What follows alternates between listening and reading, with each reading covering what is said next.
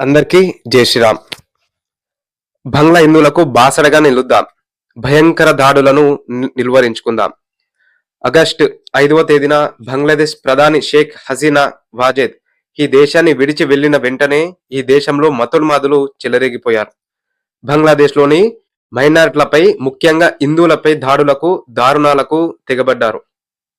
వరదల్లో దేశ మతలాకుతలమైనప్పుడు అన్నం పెట్టి ఆదుకున్న ఇస్కాన్ సంస్థను కూడా ఈ మతోన్మాదులు వదలలేదు.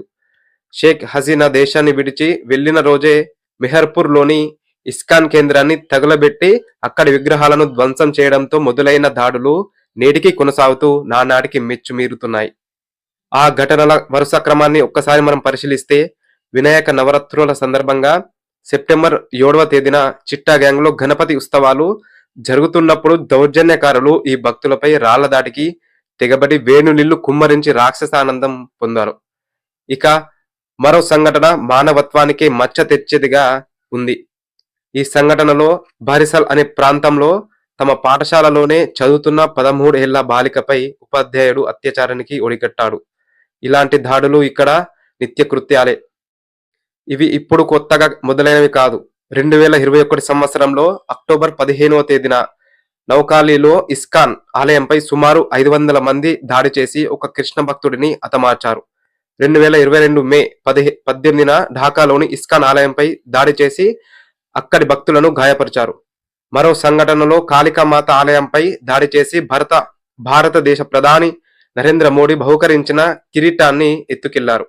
విగ్రహాల విధ్వంసం, మహిళలపై అత్యాచారాలు, గృహ దహనాలు ఒకటేమి అనేక రకాల చిత్రహింసలు ఇక్కడ నిత్యకృత్యంగా మారాయి. అంటే ప్రతిరోజు జరుగుతూనే ఉంటున్నాయి.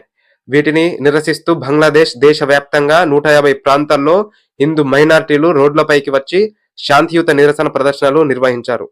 ఇది గిట్టని దుర్మార్గులు రంగాపూర్ ప్రాంతంలో రాళ్లు కట్టెలతో విచక్షణ రహిత దాడికి తెగబడ్డారు.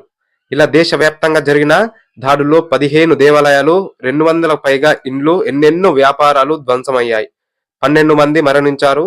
గాయపడ్డవారైతే అనేకం. 9 ఇస్కాన్ కేంద్రాలపై ప్రత్యేకంగా దాడులు జరిగాయి.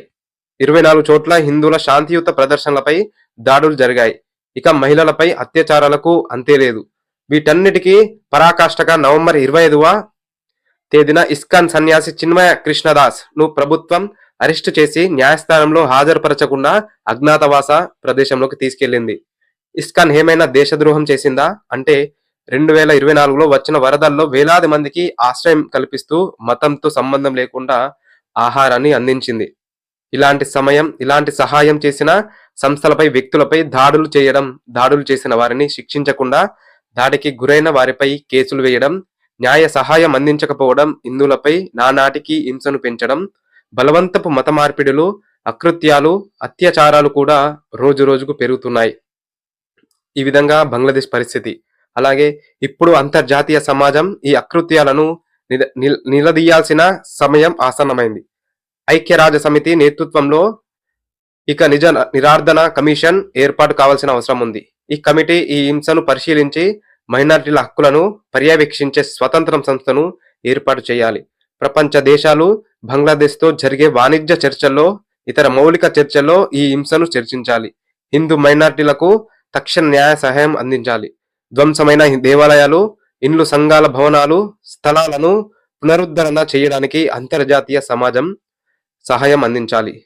అలాగే ఈ క్లిష్టమైన సమయంలో భారతదేశం, అంతర్జాతీయ సంస్థలు బంగ్లాదేశ్ బాధితులకు అండగా నిలిచి తమ సమాజ సంఘీభావాన్ని తెలియజేయాల్సిన అవసరం ఉంది.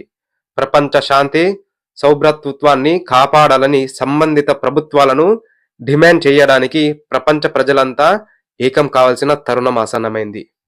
అందరికీ జై శ్రీరామ్.